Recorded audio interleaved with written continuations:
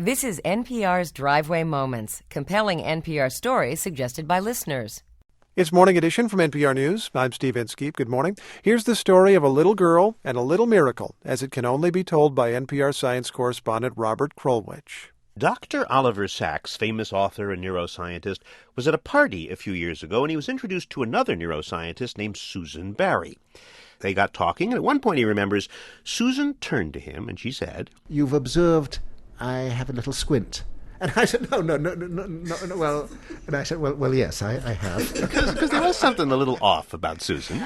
And she said, yes, she said she had in fact been born cross-eyed. All her life, she told him, she had never been able to see with both eyes at the same time. I have no stereoscopic vision. But aside from that, she said, I'm pretty normal. I see what other people see. And that is when Dr. Sacks leaned in. And he looked very seriously at me. And he said, "Do you think you can imagine what it's like to see the world with two eyes?" And I said, "Yes, of course I can imagine that. I'm a college professor. I teach about it in class. So yes, I think I know exactly what it is I'm missing." And did he say anything?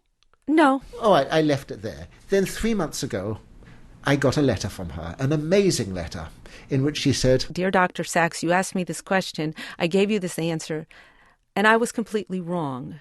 And then I went on for 9 single-space pages documenting in detail the changes that had happened to me. What had happened was that first, for years and years, Susan had no idea that she saw things differently from other kids.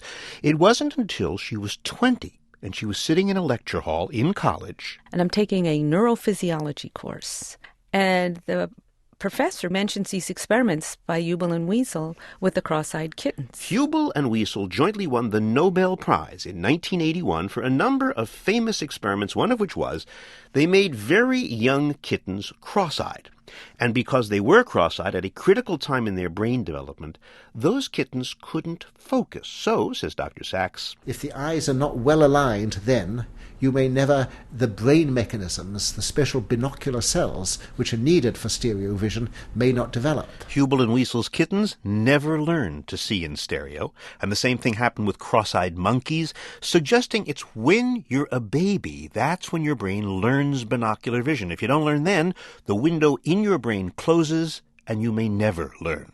And Susan's professor, he went further. He said that this change was irreversible and that this happened in people too. And I was completely floored. First of all, I was cross-eyed. And could this be happening to me as well? It turned out that she hadn't been operated on until she was 2 years old. So during the critical period, she was cross-eyed. And then when she tested herself, well, it turned out she was monocular. Just like Hubel and Wiesel's cats. Which means what exactly? Like if you were just looking at, I don't know, me holding a pencil in front of your eyes. So there's a pencil between me and you. Right. As a monocular viewer, what are you seeing? I don't see any space, palpable space. I mean, is the Robert and pencil unit, or is there Robert, space, and a pencil? No, it's a Robert and pencil unit. Huh. Still, she was able to drive. She played a mean game of tennis. She was, in fact, something of a monocular virtuoso. But after years and years, as she approached her 50th birthday, when she looked at distant objects, they began to, what? Jitter. Jitter? Jitter. Playing tennis, for example. Her opponent on the other side of the court would appear to shift left, then shift right, then shift left. The jittering was due to the fact I was constantly switching between the two eyes, and the eyes were seeing a slightly different view of the world. So she went to the eye doctor. I am Teresa Ruggiero, and I am a developmental optometrist. And Dr. Ruggiero said, I have a way to train your brain so your eyes can work together. She gave Susan a new pair of glasses and a string. It was a 5-foot-long string with beads attached. What you're referring to is the Brock string. Right, and she told Susan, I want you to attach this string to the wall and then pull the other end to the very tip of your nose, and on the string you're going to see a bunch of beads. What I want you to do is fix your gaze on each bead. So I had to learn to fixate both eyes at the same point at the same time. And after 3 weeks, one morning, she got into her car. And I glanced down at the steering wheel. I'm sitting in the driver's seat, and the steering wheel was floating in front of the dashboard. What do you mean? It was in its own three-dimensional space I had never had that type of perception before. And I didn't believe it because I knew that this was impossible.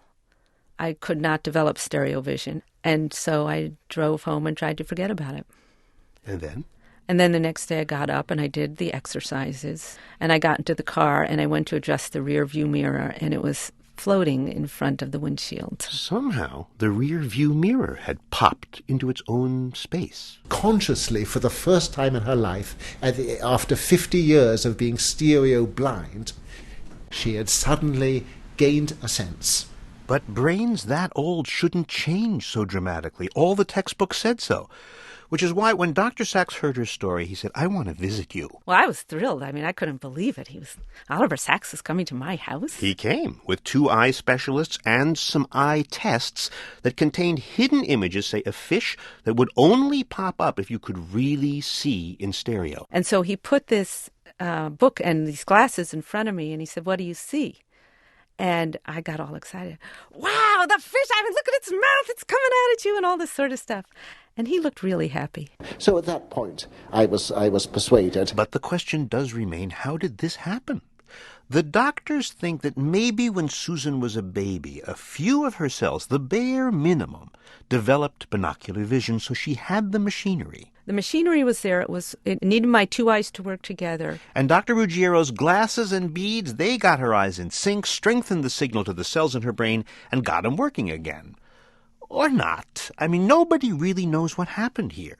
What is now clear, and this is new, is that adult brains like Susan's can change. Even the Nobel Prize winner, David Hubel, he now says, if you have a problem like Susan's and your doctor says to you, sorry, there is nothing I can do for you, you should have come to me as a baby. After meeting Susan, he said, I think Sue's case makes it very clear. If an ophthalmologist or optometrist tells you this, you should find somebody else who's more open.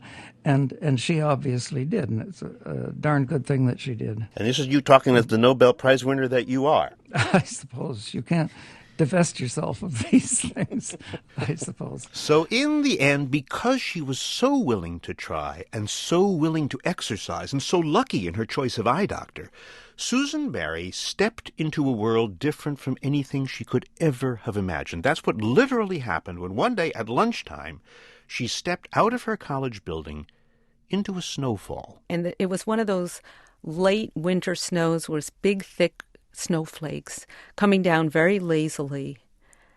And I could see each snowflake in its own 3-dimensional space. And there was space between each snowflake. And it was like this beautiful 3-dimensional dance. And I had this real sense of being within the snowfall. Prior to that, before my therapy, if I looked at a snowfall, all the snowflakes fell in one plane slightly in front of me.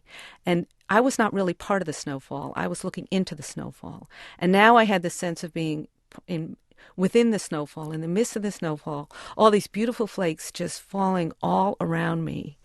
And I just was completely filled with a sense of joy. I'd never seen anything like that. I completely forgot about lunch. I just stood there in the middle of the campus watching the snow. Robert Krulwich, NPR News, in New York. You can learn more about seeing in stereo by looking at our flat but very interesting website at npr.org.